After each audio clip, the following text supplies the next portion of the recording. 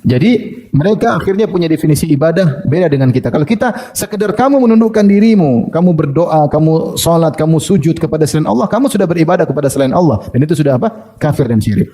Mereka tidak. Namanya ibadah itu ada syaratnya. Syaratnya harus meyakini yang diibadahi tadi bisa menciptakan. Selama tidak meyakini yang diibadahi tidak menciptakan, maka tidak dikatakan ibadah. Seperti mereka yang pergi ke kuburan minta-minta kepada wali, kata mereka wali ini hanya sebab. Saya tidak yakin wali ini menciptakan, enggak kok, ini cuma sebab aja, saya minta lewat dia. Ya. Sehingga mereka mengatakan kalian orang-orang yang dituduh sebagai Wahabi suka kafir-kafiran orang. Padahal yang dilakukan oleh kaum muslimin ini tidak ada yang syirik. Hanya syirik kalau meyakini ada pencipta selain apa? Allah. Dengan demikian tidak ada kesyirikan di alam semesta. Kalau lihat kaidah mereka. Sekarang orang pergi ke dukun. Dukun mencipta, saya tidak meyakini dukun mencipta apa-apa pun, tidak ada. Saya tidak syirik. Saya hanya syirik kalau meyakini ada pencipta selain apa? Allah. Repot. Kemudian misalnya jimat. Jimat tidak syirik selama ini hanya apa? Sebab.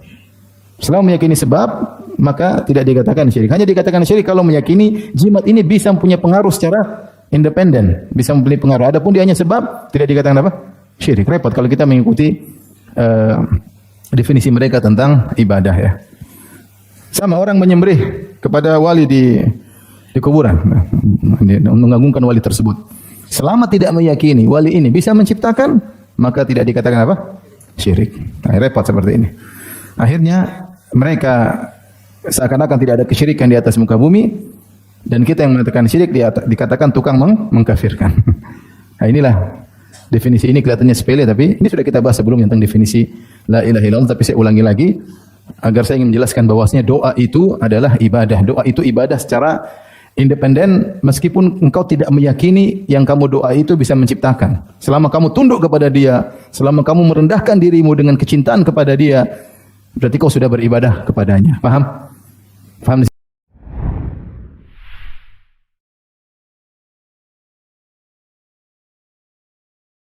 Syekh Muhammad Abdul Wahab menjelaskan tentang syubhat di zaman beliau, ya, yang sebagian orang di zaman beliau merasa bahwasanya kalau berdoa kepada orang-orang soleh itu bukanlah ibadah. Maka Syekh ingin menjelaskan, kalau kita berdiskusi sama orang seperti ini, kita harus jelaskan bahwasanya doa adalah ibadah.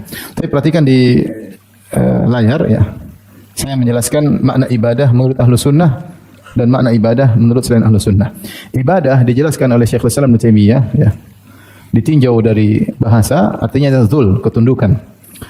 Oleh karenanya ibadah, ya, jika ditinjau dari macam-macamnya, maka kata Syekhul Islam Taimiyah rahimahullah taala, ibadah itu ismun jami'un likulli ma yuhibbuhu Allah wa yardahu minal aqwal wal af'al adh-dhahirah wal batinah. Namanya ibadah adalah suatu nama yang mencakup segala yang dicintai oleh Allah, baik perkataan maupun perbuatan yang nampak maupun yang batin. Semua yang dicintai oleh Allah, perkataan atau perbuatan yang zahir maupun yang batin, semuanya ibadah. Doa adalah ibadah, kemudian menyembelih adalah ibadah, ya, bernazar adalah ibadah, semuanya adalah ibadah, ya. Yang Allah cintai, ya, baik perkataan maupun perbuatan, kalau dicintai oleh Allah maka adalah ibadah. Ini ditinjau dari macam-macam ibadah, macam-macam, ada perkataan, ada perbuatan, ada yang batin, ada yang zahir. Kemudian yang kedua ditinjau dari pelakunya. Pelakunya dikatakan dia sedang beribadah, yaitu ismun yajma'u kamal adh-dhulli wa nihayatahu wa kamal al-hubbi lillahi wa nihayatahu. Itu ibadah adalah suatu nama yang mencakup kehinaan, menghinakan diri, dan puncak menghinakan diri, demikian kesempurnaan kecintaan dan puncak kecintaan. Jadi namanya ibadah, fal hubbu al-khali an dhullin wa dhullu al-khali an hubbin la yakuna ibadah, innamal ibadah ma yajma'u kamal amrain. Ibnu Taimiyah mengatakan namanya seorang ibadah, orang beribadah kepada yang lainnya, dia mengumpulkan kehinaan dan kecintaan kepada yang sedang dia ibadahi, ya. Itu berarti dia sedang menundukkan dirinya kepada yang sedang dia ibadahi. Tidaklah disebut ibadah kecuali mencakup keduanya. Dia pasti menundukkan dirinya dan dia mencintai yang apa yang dia sembah tersebut, baru dikatakan dia sedang beribadah. Baik. Jadi ibadah macam-macamnya banyak, ya. Jadi kita bisa simpulkan dua, ibadah mengandung puncak cinta dan ketundukan. Kemudian ibadah juga mencakup semua yang dicintai oleh Allah, di antaranya nazar, menyembelih, doa, salat, sujud, ruku, semuanya adalah ibadah. Karena ini semua dicintai oleh Allah Subhanahu wa taala. Jika ada seorang berdoa kepada selain Allah, berarti dia beribadah kepada selain Allah. Ada orang sujud kepada selain Allah, berarti dia beribadah kepada selain Allah. Ya. Ada orang menyembelih untuk selain Allah, berarti dia menyembelih untuk selain Allah Subhanahu Wa Taala. Ya.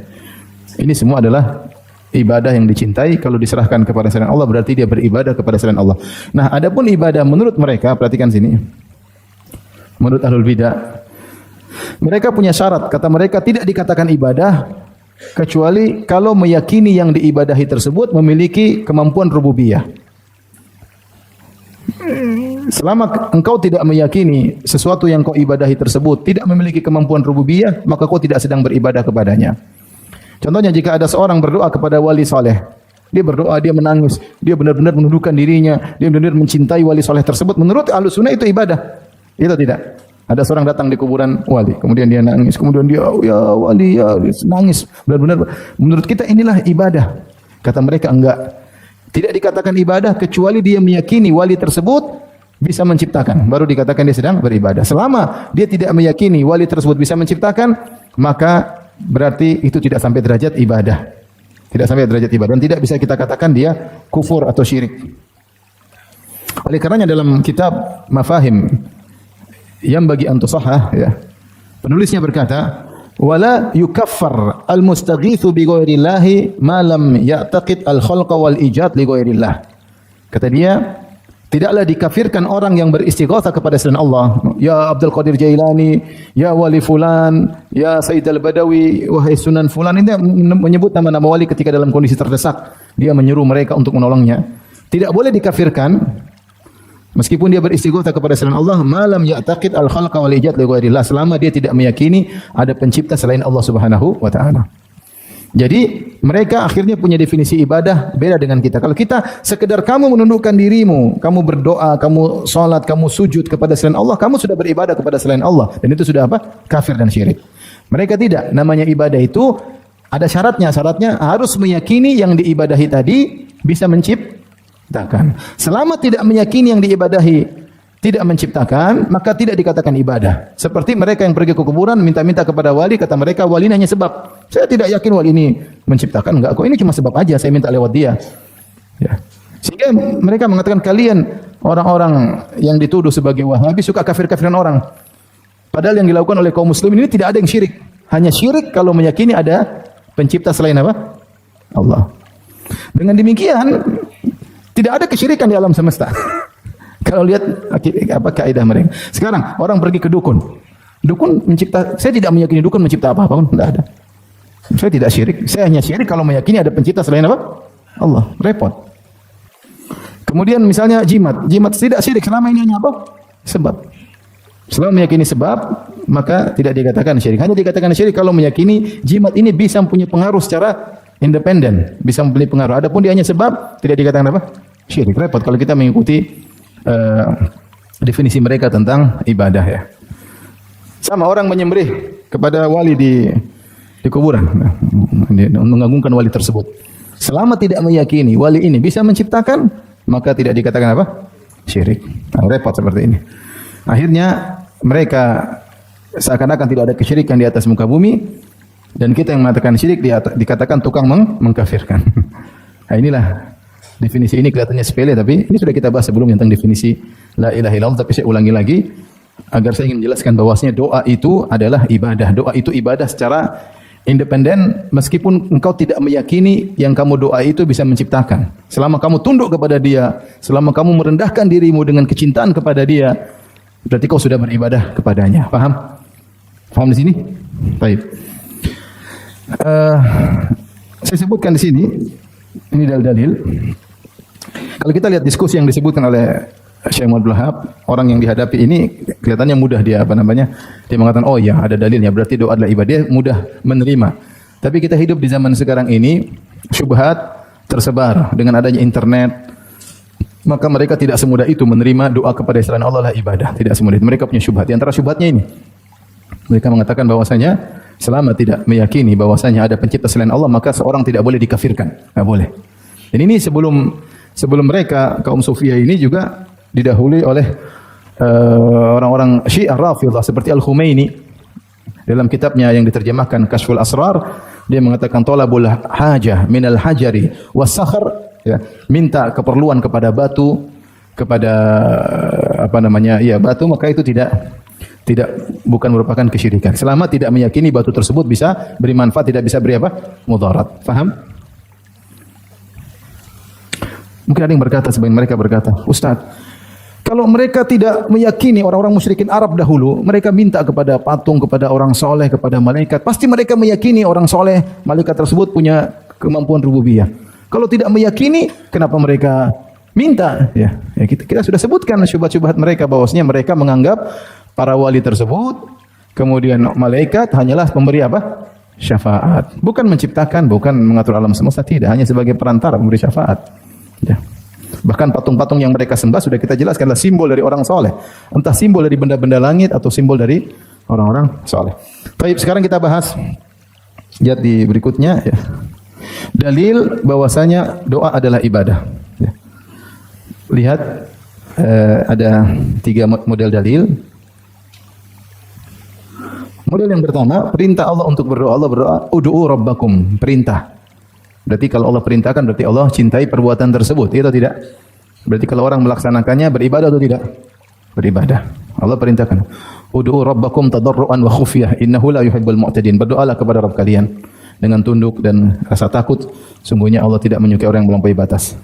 Kemudian yang menunjukkan doa adalah ibadah, datang dalam dalil bahwasanya doa dinamakan ibadah. Contohnya dalam sabda Nabi sallallahu alaihi wasallam, ad-du'a'u huwal ibadah. Perhatikan, doa huwal ibadah. Kata Nabi, doa adalah ibadah. Nabi yang bilang, doa adalah apa? Ibadah.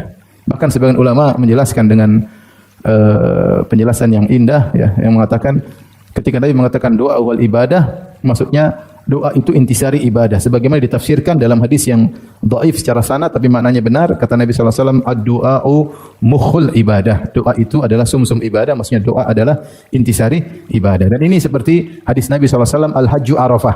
Haji adalah wukuf di padang Arafah. Doa huwal ibadah, doa adalah ibadah seperti hadis Nabi, al-hajju arafah, haji adalah Arafah.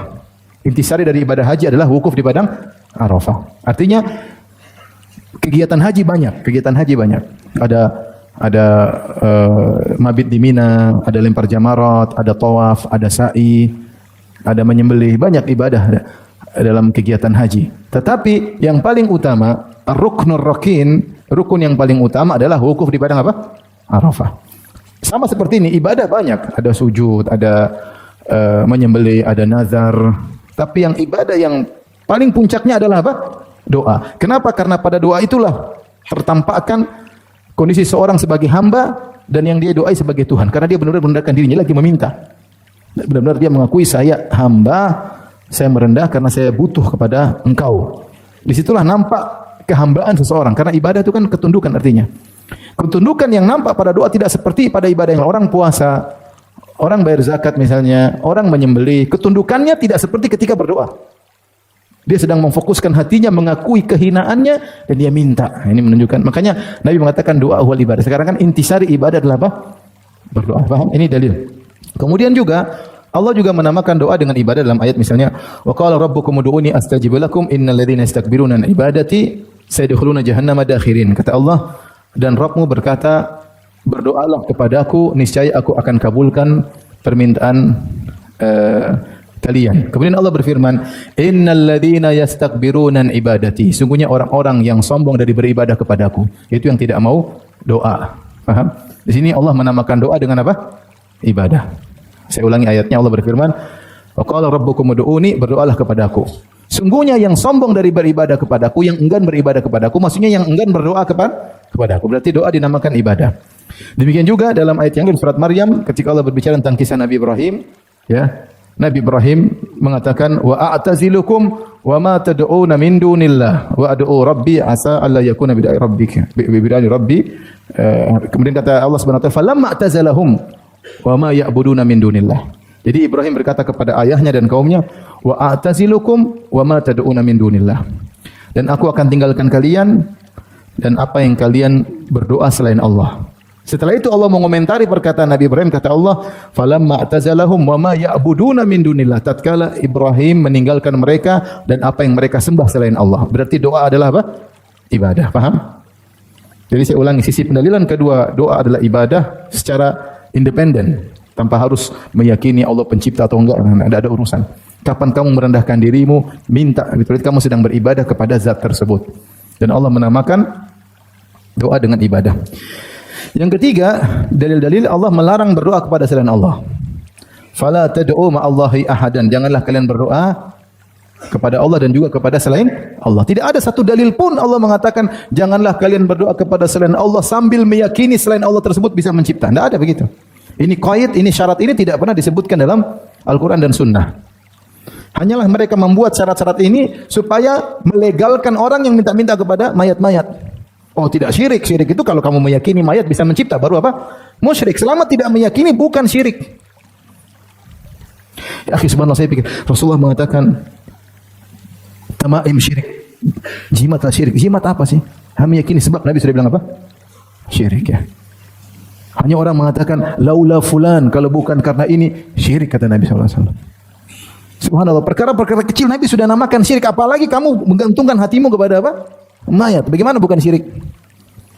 Jadi bagaimana namanya ikhlas, benar-benar murni hanya mengikhlaskan niat kepada Allah Subhanahu wa taala, kemudian dianggap minta-minta nyembelih kepada selain Allah selama tidak meyakini ada pencipta selain Allah, tidak sampai derajat apa? Kufur. Sebagian pernyataan mereka tadi saya nukilkan. Ya, ini akhirnya dijadikan syubhat oleh mereka ya. Baik. Allah berfirman, "Fala tad'u ma'allahi ahada," dan janganlah kalian berdoa bersama Allah sesuatu pun. Taib, ahadan di sini. Jangan berdoa kepada Allah kepada selain Allah siapapun. Taib, siapapun ini mencakup nabi atau bukan? Mencakup malaikat? Iya, mencakup malaikat. Siapapun kata Allah tidak boleh. Ahadan sini nakirah fi siyaqin nahi, ya, menunjukkan keumuman. Jangan kau berdoa bersama Allah siapapun. Apakah siapapun hanya mencakup patung dan berhala? Tidak, semuanya. Mau mayat, mau nabi, mau siapapun tidak boleh. Kemudian waman yad'u ma'allahi ilahan akhar, siapa yang berdoa kepada selain Allah, ya, tidak boleh juga.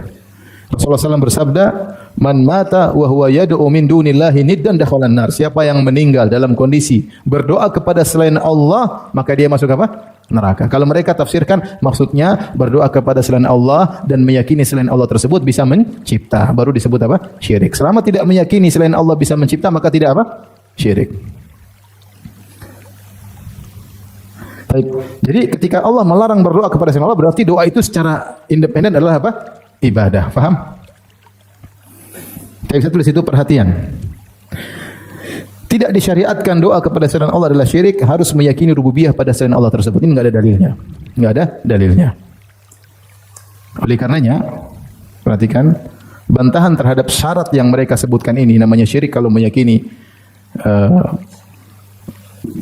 bisa mencipta baru dikatakan syirik. Ini bantahannya beberapa saya sebutkan. Pertama, ya, sekedar meyakini ada rububiyah kepada selain Allah adalah syirik meski tanpa doa, tanpa sujud, tanpa menyembelih dan lain-lain. Ada seorang dalam hatinya meyakini ada pencipta selain Allah. Dia kafir atau tidak? Kafir. Meskipun dia tidak berdoa kepada selain Allah. Paham? Meskipun dia tidak sujud kepada selain Allah. Berarti sujud doa kepada selain Allah enggak ada maknanya dong. Saya ulangi.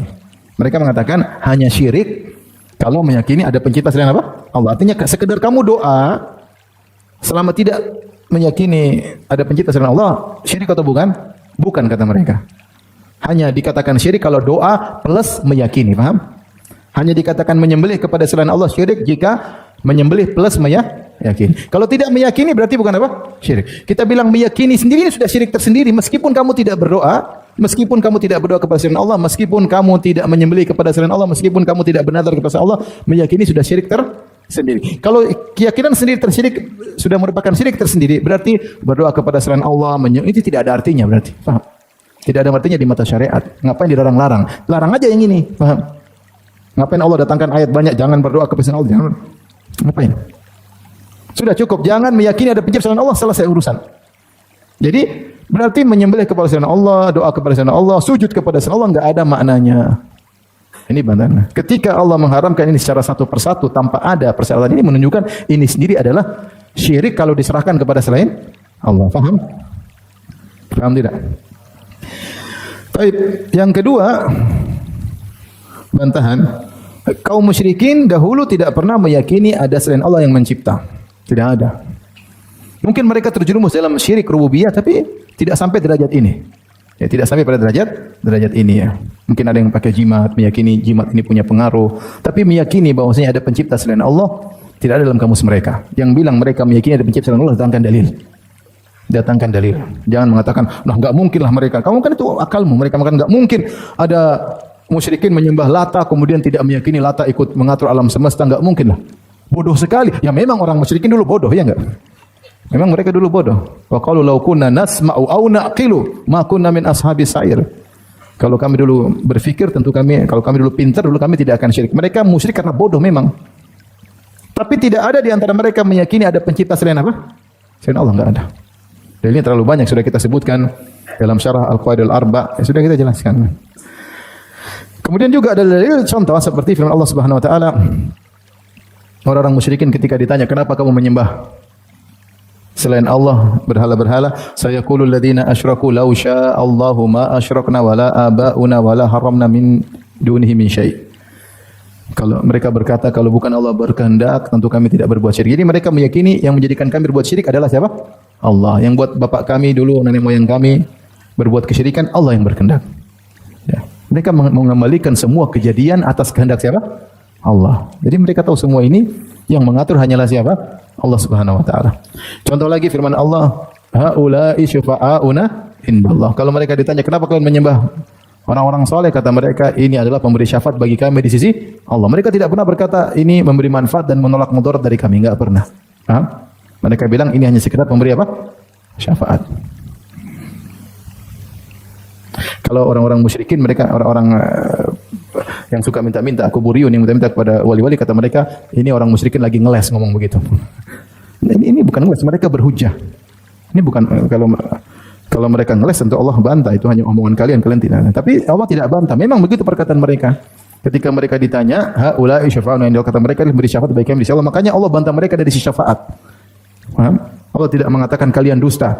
Kalian ngaku-ngaku aja mencari syafaat padahal kalian meyakini berhala tersebut memberi manfaat dan beri mudarat. Tidak, tapi Allah mengakui pernyataan mereka dan Allah bantah sisi syafaatnya. Berarti memang ini keyakinan mereka ketika ditanya, kenapa kalian menyembah orang-orang soleh? Kata mereka, haula'i syufa'auna indallah. Mereka ini yang kami sembah pemberi syafaat, bukan memberi manfaat dan beri apa? Mudarat. Paham? Kemudian dalam ayat yang lain ya, ketika Allah mengkisahkan Nabi Ibrahim alaihissalam. Nabi Ibrahim alaihissalam setelah menghancurkan patung-patung, atau dia berdiskusi dengan, sebelum dia menghancurkan patung-patung, dia berdiskusi sama orang-orang penyembah berhala. Di antaranya dia berkata, hal yasma'unakum iftada'un, ya, apakah au yanfa'unakum au yadurrun? Perhatikan, Nabi Ibrahim bertanya kepada orang-orang penyembah berhala di zaman dia. Iftada'un, ketika kalian berdoa kepada patung-patung ini, yasma'unakum, apakah mereka mendengar kalian? Au yanfa'unakum au yadurrun, ataukah patung-patung ini beri manfaat kepada kalian atau beri mudarat kepada kalian? Lihat apa jawaban orang musyrikin di zaman Nabi Ibrahim. Mereka tidak mengatakan iya, tidak.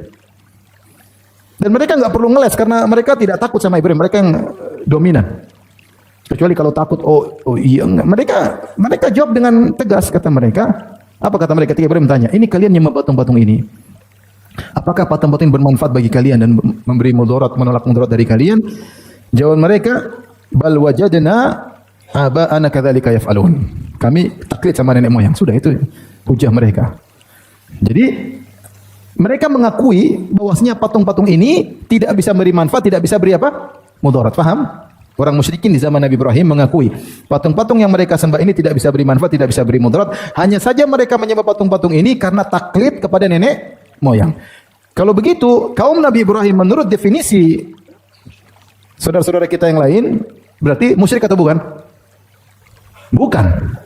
Karena syaratnya musyrik harus meyakini yang disembah bisa menciptakan. Saya ulangi, paham dalilannya? Ibrahim tanya sama mereka, kalian ini nyembah patung-patung, iftada'un, ketika kalian berdoa kepada patung-patung ini, hal yanfa'unakum ayadurrun, apakah patung-patung ini bermanfaat bagi kalian dan menolak kemudaratan dari kalian atau beri mudarat kepada kalian? Kata mereka, kami ini begini karena ngikutin nenek apa?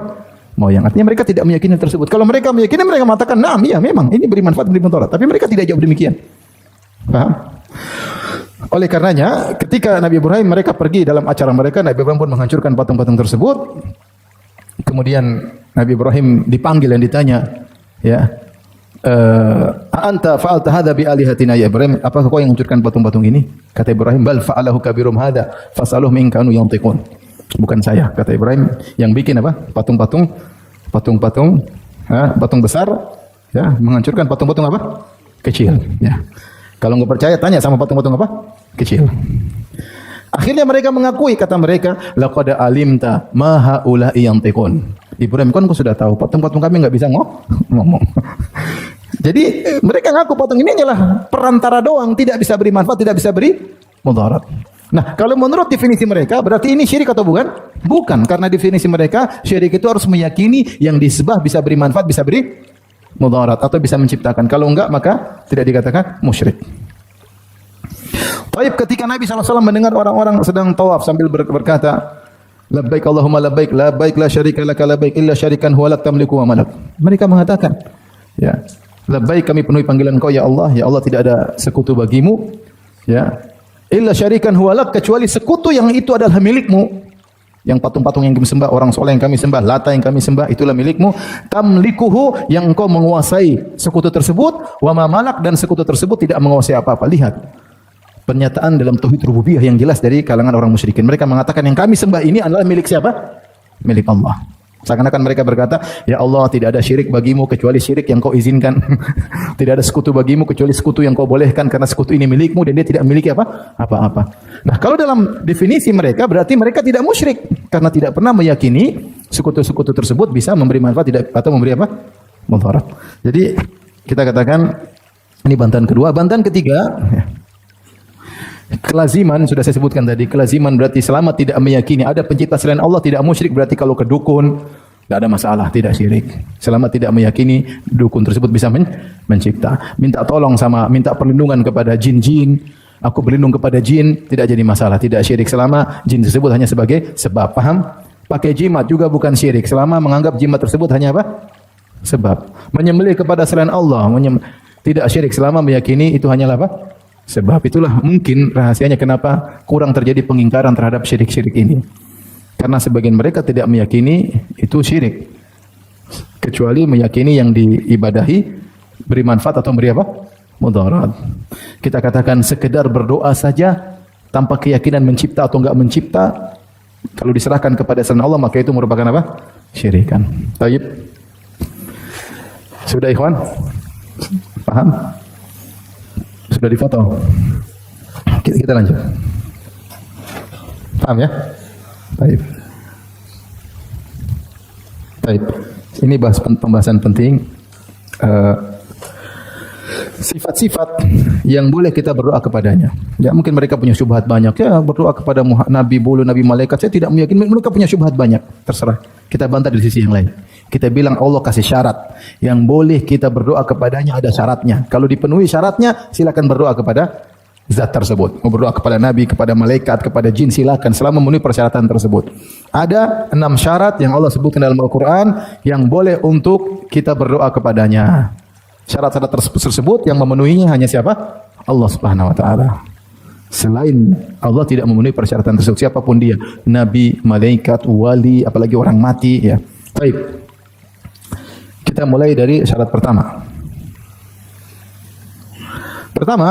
Syarat pertama yang berhak untuk berdoa kepadanya harus menguasai manfaat dan mudarat. Harus menguasai manfaat dan mudarat. Kalau dia tidak menguasai manfaat, tidak menguasai mudarat, maka dia tidak berhak untuk berdoa kepadanya. Dalilnya apa? Allah berfirman, "Qul ud'ul ladzina za'amtum min dunihi fala yamlikuna kashfa adh-dhurri 'ankum wala tahwila." Katakanlah, serulah kepada orang-orang yang kalian sembah selain Allah, fala yamlikuna kashfa adh-dhurri, sungguhnya yang kalian sembah selain Allah tidak mampu menghilangkan kemudaratan ankum. Wala tahwila, dan tidak bisa merubah kondisi kalian. Tidak bisa. Siapa yang bisa disembah tidak bisa merubah kondisi. Jadi berarti kebalikan dari ayat ini, mafhumnya berarti yang boleh untuk didoai adalah yang bisa menghilangkan apa? Kemudaratan. Faham? Yang kalian sembah kata Allah tidak, fala yamlikuna kashfa dhurri ankum wala tahwila. Yang kalian sembah, yang kalian doa selain Allah, yang kalian doa, kalian seru selain Allah tidak bisa menghilangkan kemudaratan bagi kalian. Kemudian juga ayat yang lain, wala tad'u min dunillahi ma la yanfa'uka wa la yadhurruk fa in fa'alta fa innaka idza minadh dhalimin. Dan janganlah engkau berdoa kepada selain Allah yang tidak bisa beri manfaat kepadamu dan tidak bisa memberi mudarat kepadamu. Mafhumnya apa? Kebalikannya berarti yang boleh kita berdoa kepadanya harus bisa beri manfaat, harus bisa beri apa? Mudarat. Faham? Ini syarat pertama. Jadi Allah mencela sesembahan orang musyrikin dengan mengatakan sembahan kalian itu tidak bisa beri manfaat, tidak bisa beri mudarat, tidak bisa menghilangkan penderitaan yang kalian rasakan. Mafhumnya yang kita pahami, kalau gitu yang boleh kita berdoa kepadanya harus bisa menghilangkan kemudaratan. Faham? Harus bisa beri manfaat atau bisa beri mudarat. Sekarang kita praktekkan kepada Nabi. Sementara Nabi SAW tidak menguasai hal tersebut. Nabi bisa beri manfaat bin mudarat? Tidak. Nabi berkata, "Qul la amliku li nafsi naf'an wala dharran illa ma syaa Allah." Aku tidak menguasai untuk diriku manfaat dan mudarat. Nabi saja tidak menguasai manfaat dan mudarat kepada dirinya. Nabi tidak bisa. Nabi perang Uhud terluka. Nabi tidak bisa menyelamatkan pamannya Hamzah radhiyallahu taala anhu. Nabi SAW sakit, minta doa kesembuhan kepada Allah Subhanahu wa taala. Nabi tidak bisa menghalangi kematian dari dirinya. Tidak bisa. Dia tidak menguasai manfaat dan mudarat pada dirinya. Kalau gitu Nabi tidak berhak untuk kita berdoa kepada siapa? Nabi SAW. Paham? Karena syarat pertama tidak dipenuhi oleh Nabi SAW. Untuk dirinya sendiri tidak bisa, apalagi untuk selain Nabi. Kata Nabi SAW, Allah berfirman, "Qul ya, qul inni la amliku lakum dharran wala rasyada." Katakanlah wahai Muhammad dalam surat Al-Jin, katakanlah, "Inni la amliku lakum dharran wala rasyada." Aku tidak bisa menguasai kemudaratan atas kalian maupun petunjuk bagi kalian. Aku enggak menguasai hal tersebut. Untuk diriku tidak bisa, untuk kalian tidak bisa. Maka Nabi tidak berhak untuk didoain. Kalau kita ada orang datang minta doa kepada Nabi, enggak boleh. Ya akhirnya teman-teman yang kerja di Madinah, dapati surat-surat banyak di kuburan Nabi. Ya Rasulullah tolonglah ini, Rasulullah ini, minta-minta kepada Nabi banyak. Jangankan di kuburan Nabi, di Masjid Abu Bakar, di sana di Kota Madinah Masjid Abu Bakar yang sudah ditutup, enggak boleh dipakai lagi salat. Banyak surat-surat. Teman-teman yang kerja di Amar Ma'ruf Nahi Munkar dapati surat-surat minta ya Sayyid fulan, ya wali-wali fulan dilemparkan ke situ. Minta bukan sekedar wasilah, minta kepada wali-wali tersebut.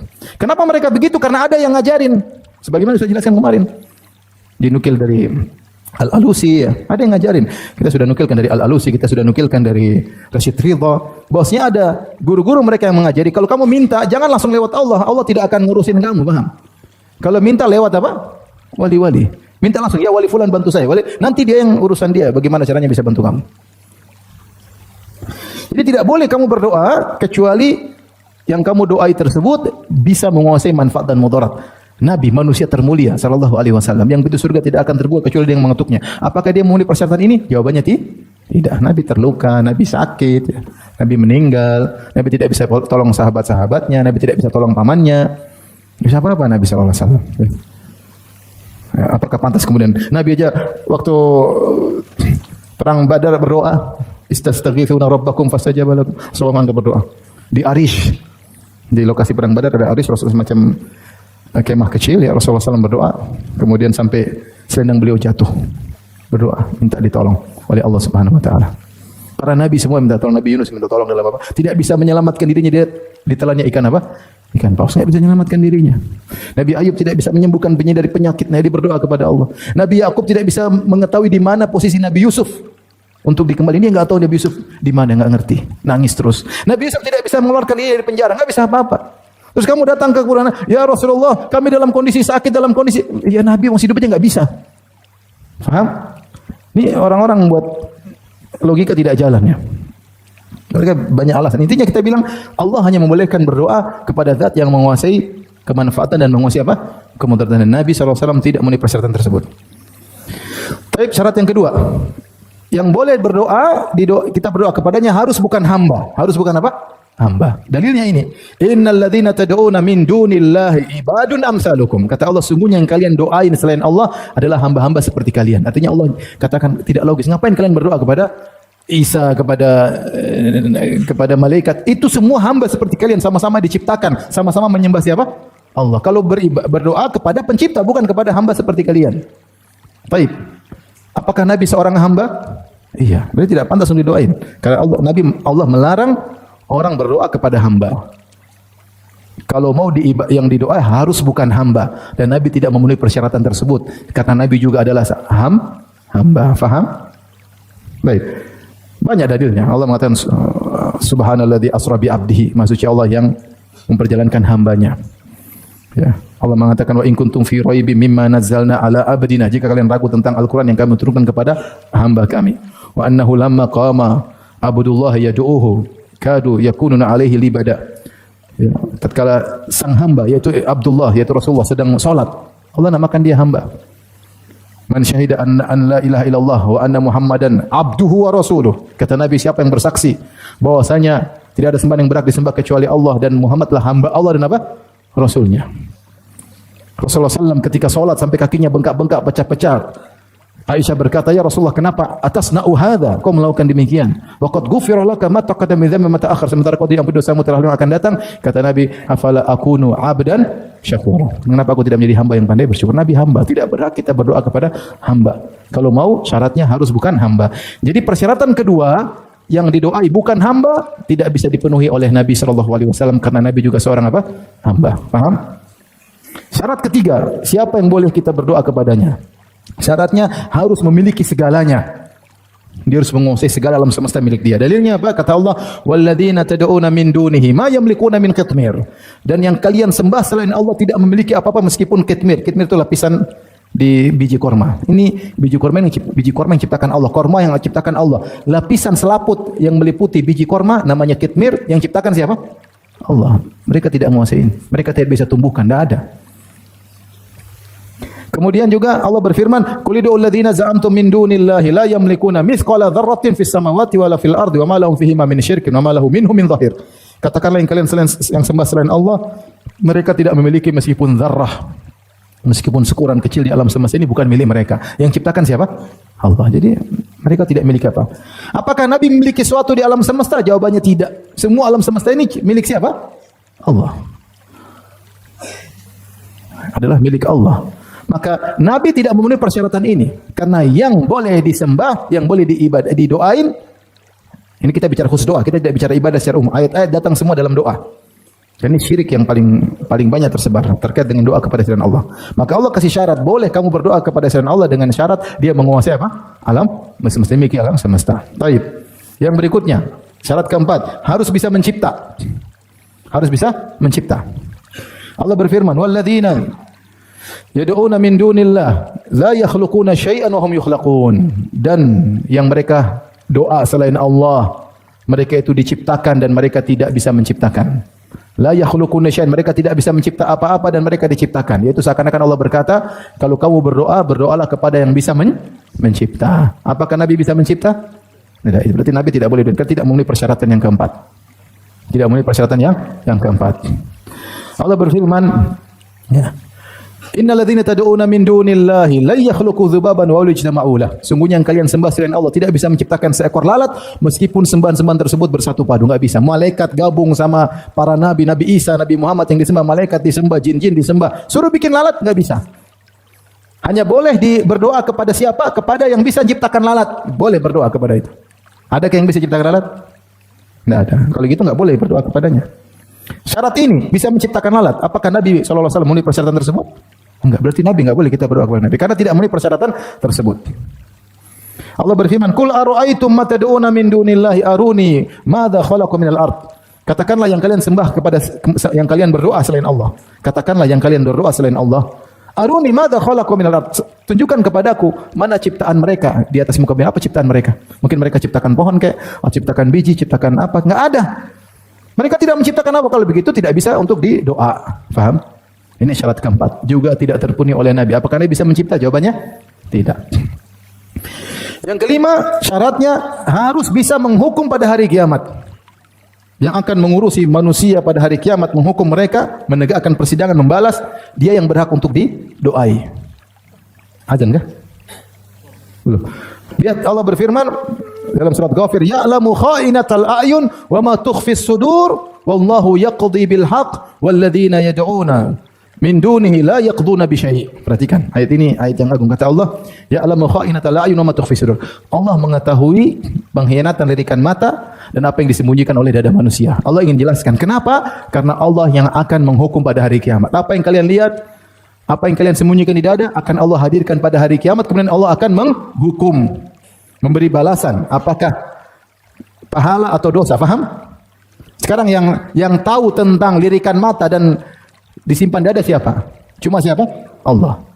Karenanya Allah sebutkan ya'lamu kha'inatal a'yun wa ma tukhfi sudur. Dialah Allah yang mengetahui pengkhianatan lirikan mata dan apa yang disembunyikan oleh dada. Kenapa? Wallahu yaqdi bil haq. Karena Allah hari kiamat akan menyidang, memutuskan dengan benar. Kemudian Allah singgung setelah itu, walladzina yad'una min dunihi la yaqduna bi syai'. Adapun yang mereka sembah selain Allah tidak bisa menegakkan hukum pada hari kiamat sama sekali. Memang mereka bisa menegakkan hukum. Nabi SAW tidak bisa, malaikat tidak bisa. Karena mereka tidak tahu semuanya. Yang bisa menegakkan hukum yang mengetahui segala sesuatu. Yang akan menghadirkan segala hisab di hadapan makhluk pada hari kiamat kelak.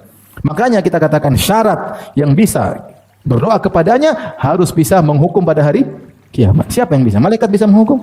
Tidak bisa. Malaikat dihadirkan sebagai saksi. Nabi tidak bisa menghukum? Tidak bisa. Apa pakai wali-wali? Bisa menghukum? Tidak bisa. Dia dihukum bukan menghukum.